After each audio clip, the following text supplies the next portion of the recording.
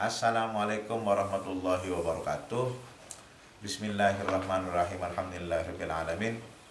Wassalatu wassalamu ala asrafil anbiya'i wal mursalin sayyidina wa maulana Muhammadin wa ala alihi wa sahbihi ajma'in, amma ba'du. Anak-anakku politeknik yang sangat saya hormati dan yang terhormat, kali ini adalah pertemuan yang ketiga.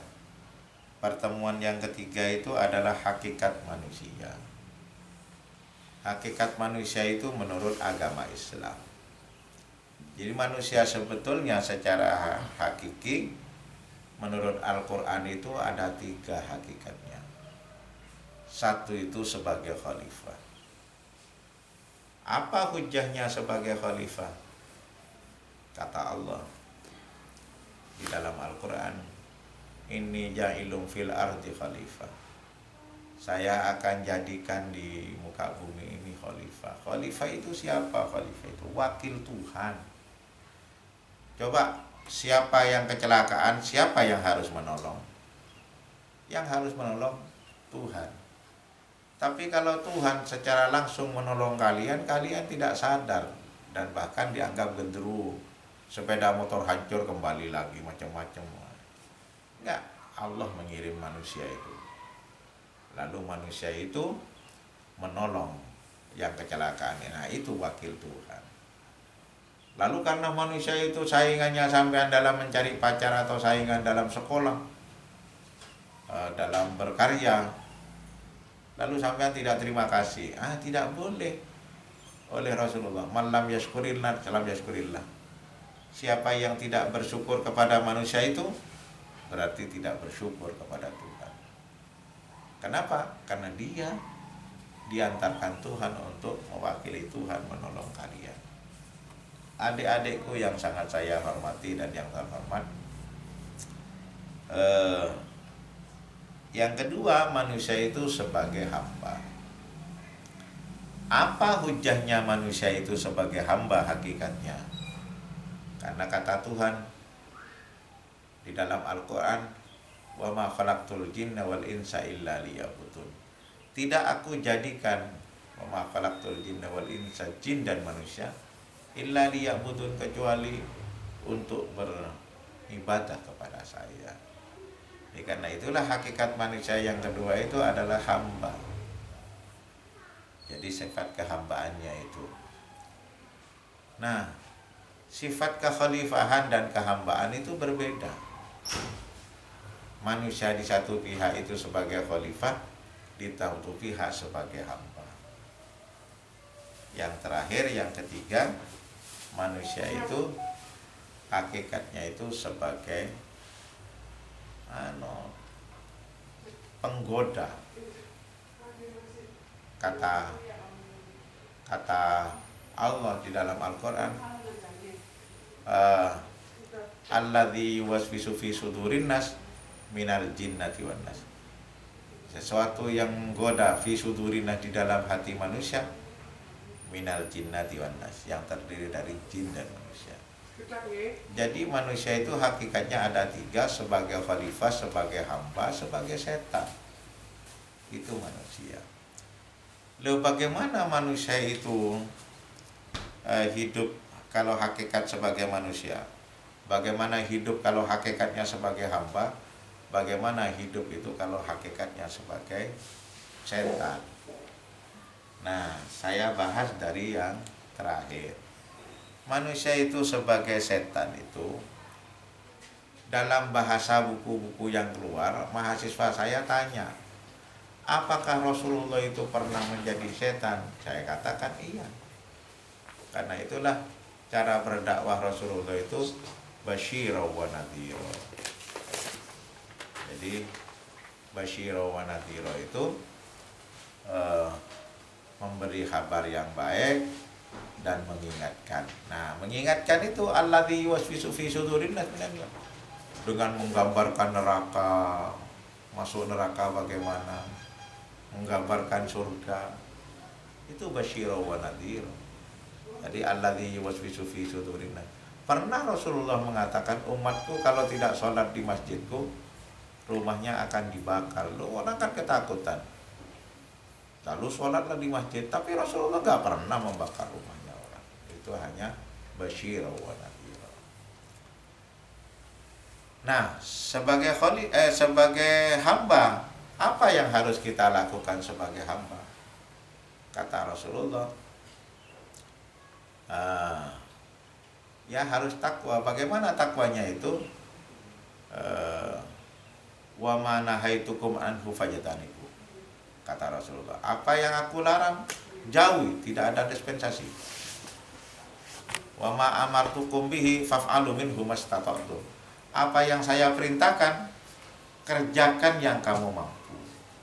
Jadi kita sebagai hamba Tuhan menjauhi seluruh larangannya dan mengerjakan sebagian yang kita mampu di dalam beribadah. Tidak harus kita tinggalkan, kita kerjakan semua, nggak mampu kita itu. Adik-adikku yang sangat saya hormati dan yang terhormat. Nah, yang ketiga, sebagai khalifah itu apa semestinya itu sebagai khalifah? Nah, sebagai khalifah itu takwanya itu i'ta'ul hukuk alal mustahiq, memberikan hak-hak kepada yang berhak. Nah, karena harus memberikan hak-hak kepada yang berhak, siapa yang harus ketemu dengan khalifah ini? Ada 5. 1 itu Tuhan. Lah apa haknya Tuhan itu? Disembah. Lah bagaimana caranya menyembah Tuhan? Kata Rasulullah, antasyhada alla ilaha illallah wa anna muhammadar rasulullah wa tuqimas shalah wa tu'tiyaz zakah wa tasuma ramadan wa tuhijjal baita in istata'ta ilaihi sabila.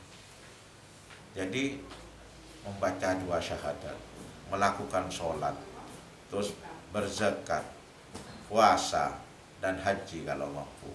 5 ini berikan kepada Tuhan, karena ini hak Tuhan. Yang kedua, kita sebagai khalifah ketemu dengan alam semesta ini. Laku apa haknya alam semesta ini? Al-hifdzu, dilestarikan. Nah, tapi terlanjur banyak yang rusak. Karena apa? Karena itulah Allah berfirman di dalam Al-Quran, laqad zaharal fasad fil barri wal bahri bima kasabat aydin nas. Telah tampak kerusakan di daratan dan di lautan bima kasabat aydin nas, karena ulah tangan manusia. Lalu ketika kita bertemu dengan yang rusak, apa yang harus kita lakukan? Al-Islam, diperbaiki.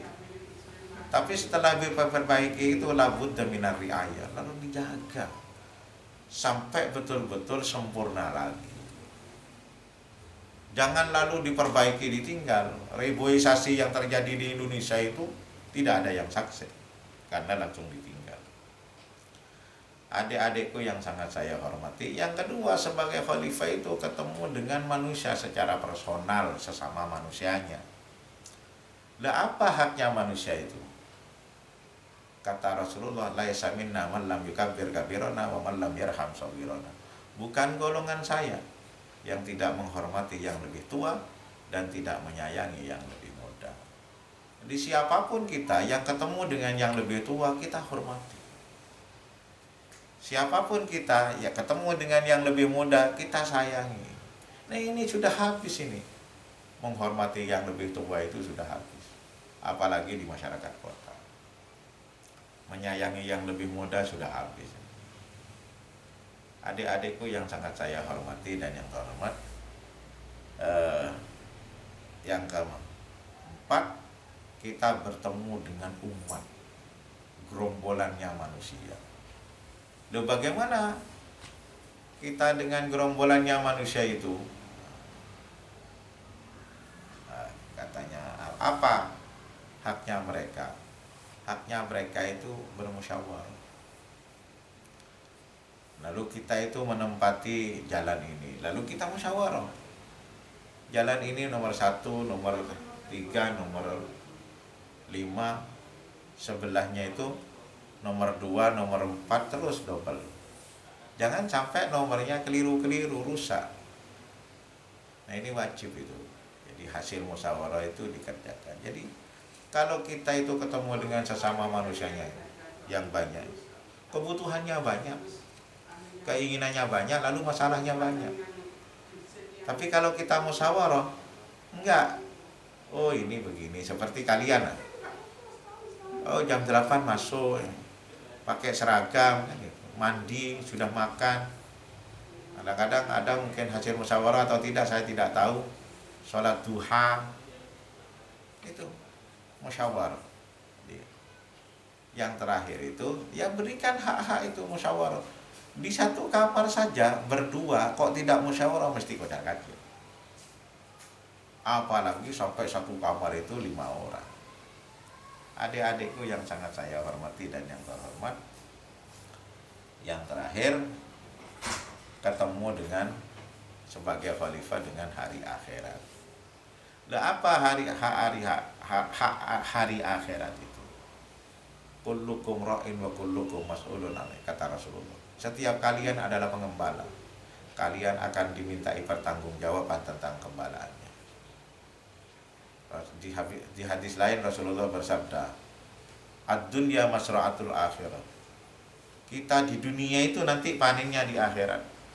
Kok kita di dunia itu cakep, macam-macam, sama-sama cakep, naik haji sama-sama naik haji. Loh yang satu kok di akhirat masuk neraka, yang satu masuk surga. Oh yang satu itu ternyata maling walaupun naik haji. Yang satu hamba Tuhan yang baik. Nah, ini panennya di akhirat. Maka apa haknya di akhirat itu adalah musyawarah, adalah tanggung jawab. Jadi khalifah itu punya 5 zat yang harus ketemu. Di antara yang kelima itu adalah akhirat. Jadi tanggung jawab. Jadi ketua kelas saya tidak tanggung jawab, ya kacau, nah, kacau. Itu aja yang dapat saya sampaikan. Karena itulah sampean rangkum, kembalikan kepada classroom dan absen. Sekian, wallahul muwaffiq ila aqwamit thariq. Wassalamualaikum warahmatullahi wabarakatuh.